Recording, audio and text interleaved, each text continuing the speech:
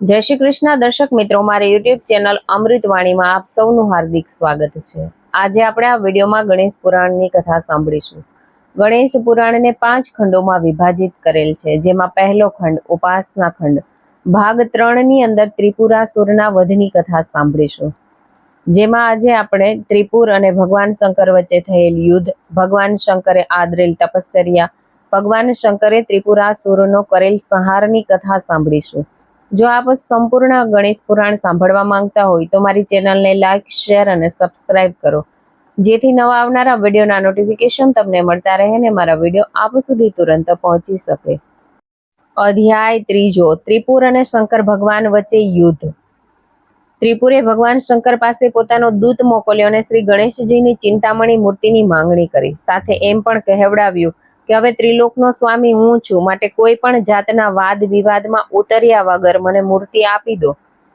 દૂતના મુખે ત્રિપુરનો સંદેશ સાંભળી મહાદેવ બોલ્યા કે હે દૂત, તારા સ્વામીને જઈને કહે કે ઉન્મત્ત પુરુષને મૂર્તિ કદાપી મળશે નહીં।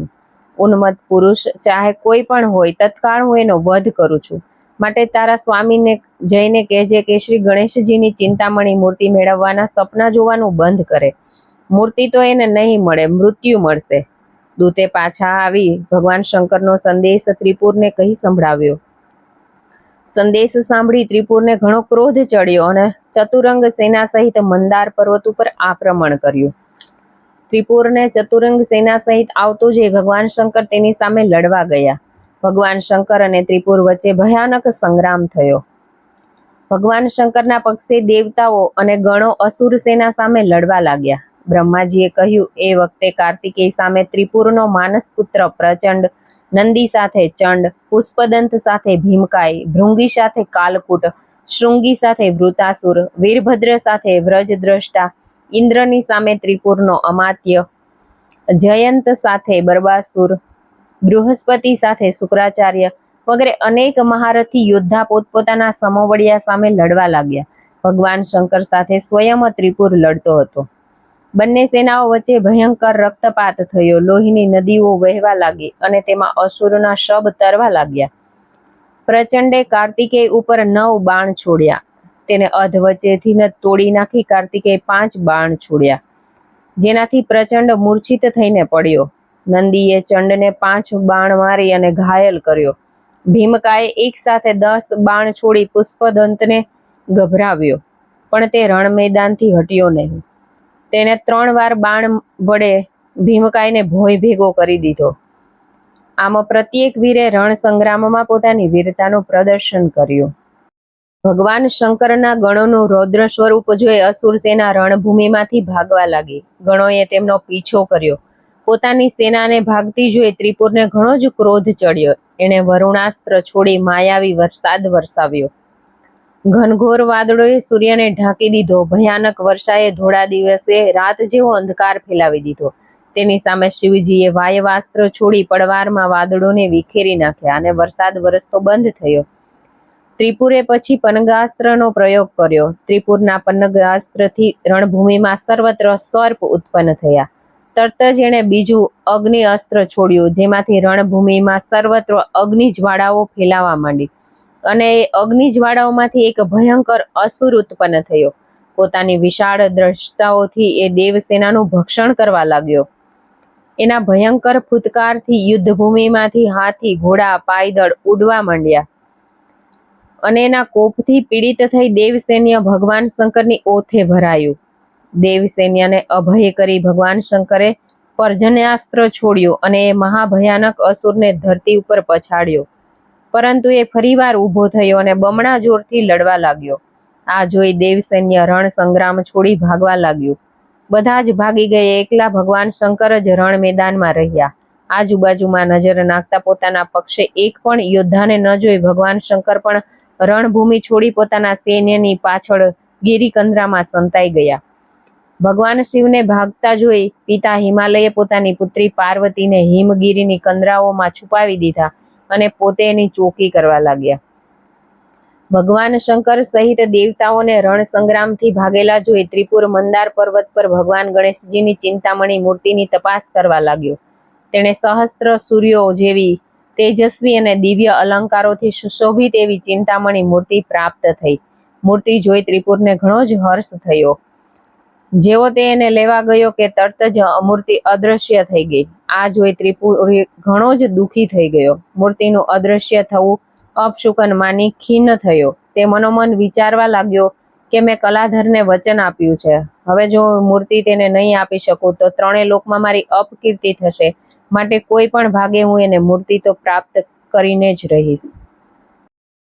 અધ્યાય 4. ભગવાન શંકરે આદરેલ તપશ્ચર્યા. ત્રિપુરનાથે આજે ફરી એકવાર દેવોનો પરાજય થયો. સર્વત્ર અધર્મ ફેલાયો. ભગવાન શંકર દેવો સાથે ત્રિપુરના નાશનો ઉપાય શોધવા માંડ્યા. એ જ સમયે દેવર્ષિ નારદ ત્યાં આવી પહોંચ્યા. ભગવાન શંકર સહિત દેવતાઓએ એમનું પૂજન કર્યું. શિવજીએ દેવોના પરાભવની કથા કહી સંભળાવી. આ સાંભળી મહર્ષિ નારદ બોલ્યા કે ભોળાનાથ, તમે યુદ્ધમાં જતા પૂર્વે ભગવાન ગણેશજીનું પૂજન કર્યું ન હતું, એટલે જ તમારી સેનાનો પરાજય થયો છે. હવે તમે ભગવાન ગણેશજીની આરાધના કરી પ્રસન્ન કરી ત્રિપુર સામે યુદ્ધમાં જાઓ, એટલે તમે વિજયી થશો. ત્રિપુરે હજારો વર્ષ સુધી ગણેશજીની તપશ્ચર્યા કરીને આ સામર્થ્ય મેળવ્યું છે. હે મહાદેવ, ત્રિપુરના નાશનો અન્ય કોઈ ઉપાય નથી. દેવર્ષિની આવી વાણીથી પ્રસન્ન થઈ શિવજી બોલ્યા કે હે દેવર્ષિ નારદ, સ્વયં ભગવાન ગણેશજીએ મને પોતાના ષડક્ષરી મંત્ર અને એકાક્ષરી મંત્ર આપીને કહ્યું હતું કે કોઈ પણ વિઘ્ન આવે ત્યારે મંત્ર જાપથી મને યાદ કરજો, હું આવેલા વિઘ્નનો નાશ કરીશ. પણ ત્રિપુરને ચતુરંગીણી સેના સહિત મંદાર પર્વત પર આવી ચડેલો જોઈ અન્ય કાર્ય માટે મારી પાસે સમય જ ન રહ્યો અને લડવાની ઉતાવળમાં હું ગણેશજીનું પૂજન કે સ્મરણ કરવાનું ભૂલી ગયો. એથી જ ત્રિપુર સામે દેવ સૈન્યનો પરાજય થયો છે. આમ કહી દેવર્ષિ નારદને વિદાય કરી ભગવાન શંકર દંડકારણ્યમાં જઈ એકાંત સ્થળે પદ્માસન વાળી બેઠા. પૂર્ણ એકાગ્રતાથી 10 વર્ષ સુધી ભગવાન ગણેશજીની ઉગ્ર તપશ્ચર્યા કરી. એકાએક ભગવાન શિવના મુખમાંથી એક પરમ તેજસ્વી પુરુષ પ્રગટ થયો. આ પુરુષને 5 મુખ, 10 હાથ અને લલાટમાં પ્રભાવાન ચંદ્ર શોભતો હતો. એના કંઠમાં મુંડમાલા હતી અને સર્પોના આભૂષણ હતા. તેઓ મુકુટ અને અંગદોથી વિભૂષિત હતા. પોતાના પ્રભાવથી તેઓ અગ્નિ, સૂર્ય અને ચંદ્રમાની પ્રભાને તિરસ્કૃત કરતા હતા. એમણે 10 ભુજાઓમાં 10 આયુધ ધારણ કર્યા હતા. આવું અદ્ભુત અને આશ્ચર્યજનક પોતાનું પ્રતિરૂપ જોઈ ભગવાન શંકર વિચારવા લાગ્યા કે શું 2 રૂપમાં વહેંચાઈ ગયો કે પછી આ ત્રિપુરની માયા હશે, અથવા હું આદિદેવ ભગવાન ગણેશજીની આરાધના કરું છું એ જ સ્વયં પ્રગટ તો નહીં થયા હોય ને. હે મહાદેવ, જેનું તમે ધ્યાન ધરો છો, હું એ જ વિઘ્ન વિનાયક છું. મારા સાચા સ્વરૂપને દેવર્ષિઓએ અને બ્રહ્મા પણ જાણતા નથી. વેદ અને ઉપનિષદ પણ જાણતા નથી. ત્યાં 6 શાસ્ત્રોને જાણકાર વિદ્વાનો તો ક્યાંથી જાણે. હું અનંત ભુવનોનો સ્રષ્ટા, પાલક અને સંહારક છું. હું બ્રહ્મા સહિત ત્રિગુણાત્મક સ્થાવર જંગમ જગતનો સ્વામી છું. હે મહાદેવ, તમારી તપશ્ચર્યાથી હું પ્રસન્ન થયો છું અને વરદાન આપવા આવ્યો છું. તમે જે ઈચ્છો તે વરદાન મારી પાસેથી માંગી લો. વરદાતા વિનાયકના આવા મધુર વચન સાંભળી મહાદેવ ગદગદ કંઠે કહેવા લાગ્યા કે હે દેવાધિદેવ ભગવાન વિનાયક, આજે આપની પૂજા કરતા કરતા મારા 10 નેત્રો અને 10 ભુજાઓ ધન્ય થયા છે. આપને નમસ્કાર કરતા મારા 5 મસ્તક અને મારા 5 મુખ ધન્ય થયા છે. પૃથ્વી, જળ, વાયુ, દિશાઓ, તેજ, આકાશ, રસ, રૂપ, ગંધ, સ્પર્શ, શબ્દ, મન, ઇન્દ્રિયો, ગંધર્વ, યક્ષ, પિતૃઓ, મનુષ્યો, દેવર્ષિ, દેવો, બ્રહ્મા, રુદ્ર, ઇન્દ્ર, વસુ વગેરે આપનાથી ઉત્પન્ન થયા છે અને તે પણ ધન્ય થયા છે.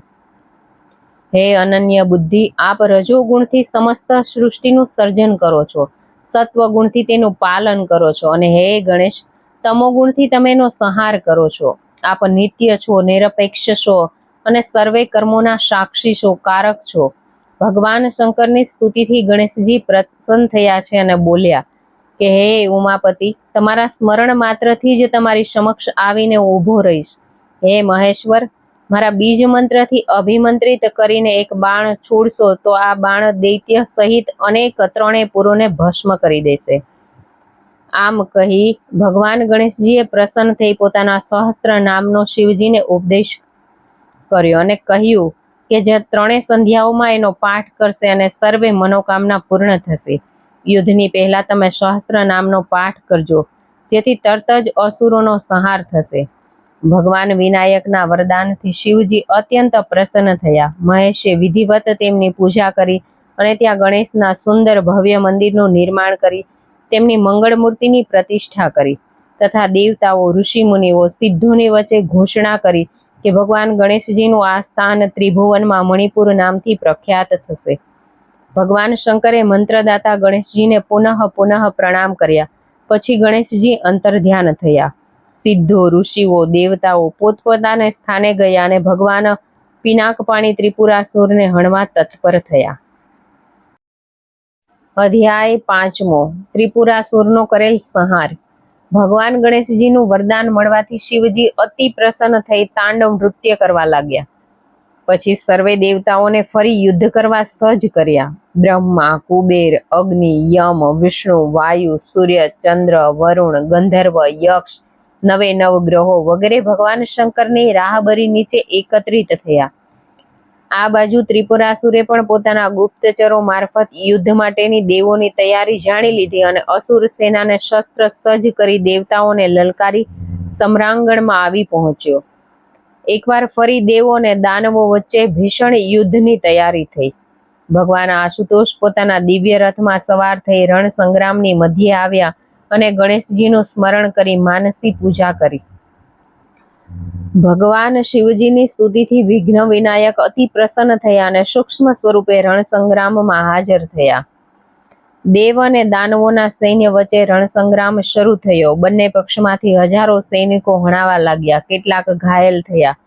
રણભૂમિમાં વઢાયેલા માથાઓના ઢગ ખડકાયા. કોઈના હાથ તો કોઈના પગ કપાયા. રણક્ષેત્રમાં લોહીની નદીઓ વહેવા લાગી. દૈત્ય સેનાએ દેવોને વીરતાપૂર્વક લડતા જોઈ ધૂળના ગોટે ગોટા ઉડાડ્યા અને સૂર્યને ઢાંકી દીધો અને માયાવી યુદ્ધ શરૂ કર્યું. આ જોઈ ઇન્દ્ર ઐરાવત પર આરૂઢ થઈ દેવસેનાની વહારે આવ્યો અને પોતાના વજ્રથી યુદ્ધ કરવા લાગ્યો. વજ્રના પ્રહારથી કેટલાક અસુરો મરણને શરણ થયા. કેટલાકના હાથ પગ કપાયા. આથી અસુર સેનામાં હાહાકાર મચી ગયો અને રણસંગ્રામ છોડી અસુરો ભાગવા લાગ્યા. પોતાના શૂરવીર યોદ્ધાઓને આમ હણાતા જોઈ અસુરેશ્વર ત્રિપુર અત્યંત ક્રોધાયમાન થયો. એણે એક બાણને અભિમંત્રિત કરી દેવસેના ઉપર છોડ્યું અને એક બાણમાંથી હજારો બાણ થયા. બાણો નિરંતર વધતા ગયા. તેને સૂર્યને ઢાંકી દીધો. બાણોના પ્રહારથી અનેક દેવતાઓ મૂર્છિત થયા. રણ મેદાનમાં અંધકાર છવાઈ ગયો. ત્રિપુરનો મહાપરાક્રમ જોઈ ભગવાન શંકર તેનો સંહાર કરવા તત્પર થયા. ભગવાન શંકરે હવે પૃથ્વીનો રથ કર્યો. સૂર્યને ચંદ્રના ચક્ર લગાવ્યા. બ્રહ્માજીને રથના સારથી બનાવ્યા. અશ્વિની કુમારોને રથના અશ્વ બનાવ્યા. મેરુ પર્વતનું ધનુષ્ય બનાવ્યું અને ભગવાન વિષ્ણુને બાણરૂપ બનાવ્યા. આટલી તૈયારી કરી મહાદેવ ભગવાન ગણેશજીના સહસ્ત્ર નામનો પાઠ કર્યો અને એકાક્ષર મંત્રનો જાપ કરી ધનુષ્યને અભિમંત્રિત કર્યું. પછી ષડાક્ષર જાપ કરી વિષ્ણુરૂપી બાણને અભિમંત્રિત કર્યો અને ભગવાન શંકરે ધનુષ્ય પર બાણનું સંધાન કર્યું. ધનુષ્યની પ્રત્યાંચાને પોતાના કર્ણ સુધી ખેંચી અને બાણને છોડ્યું. આથી 10 દિશાઓ કંપી ગઈ. સમુદ્ર માજા મૂકી ભયાનક ગર્જના સાથે મોજાઓમાં ઉછાળવા લાગ્યો. શેષનાગ ફેણ ચડાવી ફૂટકારવા લાગ્યો. સકળ બ્રહ્માંડના સજીવ નિર્જીવ ધ્રુજવા લાગ્યા. આકાશને લાગેલા અદ્રશ્ય ટેકા ખળભળી ગયા. ત્રિભુવનમાં પ્રબળ વિદ્યુત જેવો ઝબકારો થયો અને ત્રિપુરાસુર મૂર્છિત થઈને ઢળી પડ્યો. બાણના એક જ પ્રહારથી ત્રિપુરાસુરના 3 પુરનો પડવારમાં નાશ થયો. એ સાથે જ ત્રિપુરાના શરીરમાંથી એક પ્રજ્વલિત જ્યોત નીકળી ભગવાન શંકરના શરીરમાં પ્રવેશી ગઈ અને આકાશવાણી થઈ, હવે ત્રિપુર મુક્ત થયો છે. 3 ભુવનમાં સર્વત્ર આનંદ ફેલાઈ ગયો. દેવો અને ઋષિઓ ભગવાન શંકરની સ્તુતિ કરવા લાગ્યા. અક્ષ, કિન્નર, ગંધર્વો ભગવાન શંકરના ગુણગાન કરવા લાગ્યા. આનંદના અતિરેકથી અપ્સરાઓ નૃત્ય કરવા લાગી અને શિવજી ઉપર પુષ્પની વૃષ્ટિ કરવા લાગી. ભગવાન શંકરે ત્રિપુરના 3 પુરનો નાશ કર્યો અને ત્રિપુરાસુરનો સંહાર કર્યો. સ્વયં શિવે સિદ્ધિ વિનાયક ભગવાન ગણેશજીની જયનો ઉદ્ઘોષ કર્યો. અખિલ બ્રહ્માંડમાં ગણેશજીની જયના ઘોષ થવા લાગ્યા કે બોલો વિઘ્ન વિનાયક શ્રી ગણેશ ભગવાનની જય. ત્રિપુરનો સંહાર કરવાથી ભગવાન શંકર ત્રિપુરારી નામથી ત્રિલોકમાં પ્રસિદ્ધ થયા. પછી સ્વર્ગમાં દેવોને પોતપોતાના અધિકારો પ્રાપ્ત થયા. ઋષિઓ પોતપોતાના આશ્રમમાં હોમ હવન ઇત્યાદિ ધર્મ કાર્યમાં પ્રવૃત્ત થયા. ફરીથી વેદોના મંત્ર ગુંજવા લાગ્યા અને તપોવનમાં હોમ હવનની ધૂમ્રશેરો વાતાવરણમાં ફેલાવા લાગી. દાન પુણ્ય થવા લાગ્યા. અધર્મ રાજ્યનો ક્ષય થયો અને ધર્મ ધજા ફરકાવા લાગી. ધર્મની સંસ્થાપના થઈ. જય શ્રી ગણેશ.